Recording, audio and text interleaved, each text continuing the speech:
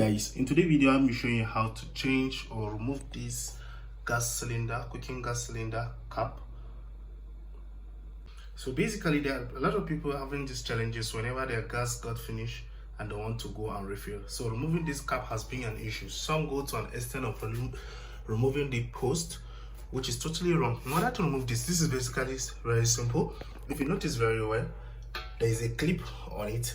Apart from the switch that control the flow of on-ing it and offing it, there is a clip here.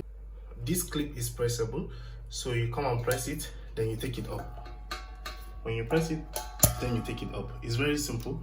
So at the mount of the cap here, at the mark of the cap here, this is what you need to press. You press it like this, then you pull it up. So let's put it back again and do the same process.